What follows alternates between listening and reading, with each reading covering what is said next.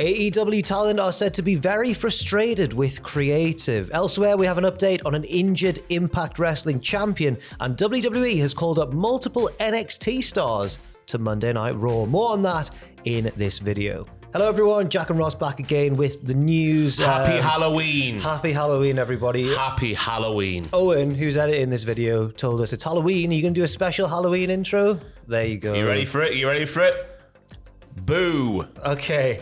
And in other spooky news, at least for Tony Khan, Ross, Dave Meltzer on Wrestling Observer Radio shared some internal frustrations in AEW from a source within the company. What was he saying? The source is Dax Harwood, I think people have worked out. Are they actually? I don't know. Oh, right. People are just spitballing, aren't they? Frustrations with the tag team division being in the news recently. This now coming out. People are saying it's Dax Harwood. It's unfounded. Just don't take it too seriously. But anyway, Dave Meltzer was saying if you follow AEW, you know, a lot of the stuff is being decided at much later periods than previous. Guys are getting their information on what they're doing later, and decisions are being made later. There are times, there's times the day of the show. Sometimes you don't even know what the plans are. It's almost at times, but it's like WWE's basically what he's saying there. It's getting later and later and later. Tony's trying to quell the leaks to the dirty sheets and whatnot, isn't he, by doing this? Yeah, Meltzer goes on to say a lot of the guys have a lot of input on what they're doing, but they don't really know a long-term direction. So they're doing stuff and they're coming up with ideas,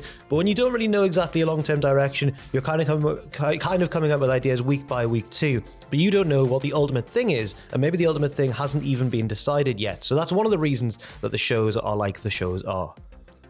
The shows are like the way the shows are the way they are. Yeah. I can't feel a tangible difference in terms of like how the storylines are going compared to how they used to go. I think that there's clearly a difference between the way the stories are now and how they were ages ago in the early days of AEW. But I haven't, from the outside, it just seems to be the same as it usually is. Yeah, Dynamite's getting back to where it was for me in terms of like just show quality, not maybe in terms of long-term storytelling and whatnot, but Collision, that feels like a bit of a fly by the seat of your pants sort of show, because all the squash matches and whatnot feels very week to week rather than, long-term to long-term, if that makes any sort of sense. When you look at the old successful storylines, like the Hangman Page whole saga and everything, all the best storylines in AEW have been the ones where there seems to have been a long-term plan. Yeah. So it'd be nice to get back to a bit of that. I think Cody Rhodes back, that's what we need. This would never have happened on Cody's watch. Jerry Lynn's also weighed in on those last-minute changes and why they're happening. He was talking in response to that quote being shared on Twitter. Yeah, he says, because wrestlers and God knows who else have to continue to leak info to the sheets,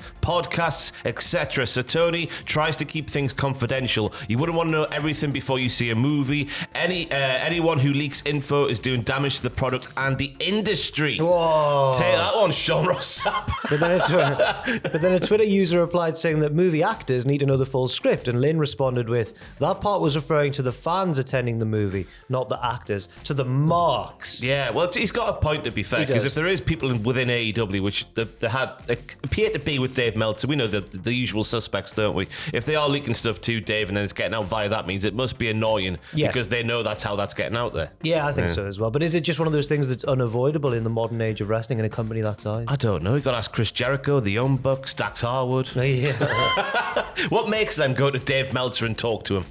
I don't know. Clout, political clout. We also have an update on on a champion within Impact Wrestling. Unfortunately, Alex Shelley suffered a leg injury at the Glasgow leg of the UK Invasion Tour and consequently missed out on the rest of the tour. Tom Campbell spoke to Impact President Scott D'Amore, who provided an update on Shelley's condition. Should we read this out like in the style that Tom's talking today? He's going to need a little bit of a rest. Tom's absolutely knackered his voice. Yes. As he would come to expect after 4 shows over the weekend? 3, 4? He did 3 or 4, yeah. 3 had knock at the door. It was a big shift from Tom Campbell. It was a big shift. Apparently he got a very little top dip of the old cap by Frankie Kazarian. Got a great voice. Yes. I don't know if I should have shared that on camera. That's class, but I'd want that out there if I was great. Tom. He's going to need a little bit of a rest, is what Scott D'Amore was saying about Alex Shelley. He's going to need a little bit of a rest, a little bit more time. He's going to need a bit, but he's going to be more healthy and ready before he needs to be back in Impact Wrestling ring. It's going to be a good chance for him to rest and recharge. My God, at least he's getting the chance to do that. Yeah, absolutely. D'Amore goes on to credit the locker room, who, before he could even wrap his head around the situation of losing Alex Shelley for the rest of the tour, other wrestlers were offering suggestions of what to do. In the end, it was Frankie Kazarian who subbed in as Chris Sabin's tag team partner at Turning Point, and the following night in Coventry as well, pulling double duty for the ladder show, and main evented in the final night of the tour against Sabin in an X Division title match. So it wasn't just Tom Campbell who put on a big performance. Frankie Kazarian as well, wrestling many more times than he was originally Seems planned to be a lot more free, doesn't he, since he doesn't have to hunt down the elite every week. Yeah, that must have taken up quite a lot of his time. You can hear Tom's full interview with Scott D'Amore on the Cultaholic podcast feed as well. And now we're crossing, I was about to say crossing the line because it's Impact to WWE, but now there's AEW, there's so many lines and doors. Yeah. What's going on? That bit of the triangle.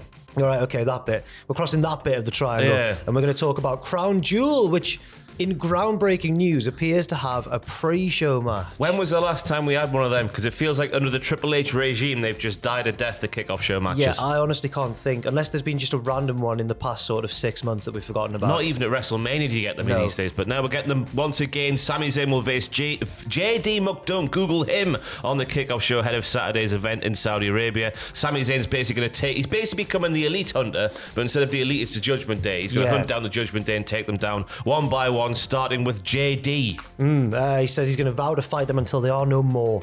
And also, JD had a bad night because he got crossroads-did twice on the announce table. Crossroads-did? By Cody Rhodes. The verb. So, I mean, you've got to expect that Sami's going to win that match. You'd think so. Yeah. Is this Sami's ascension to the world title? We've had it kick off in one way with Drew McIntyre. Drew McIntyre saying you're not world championship material. Is this sowing the seeds? Maybe the Damian Priest could be the champion. Heading into WrestleMania, Sami has to overcome all the JD before getting to Priest.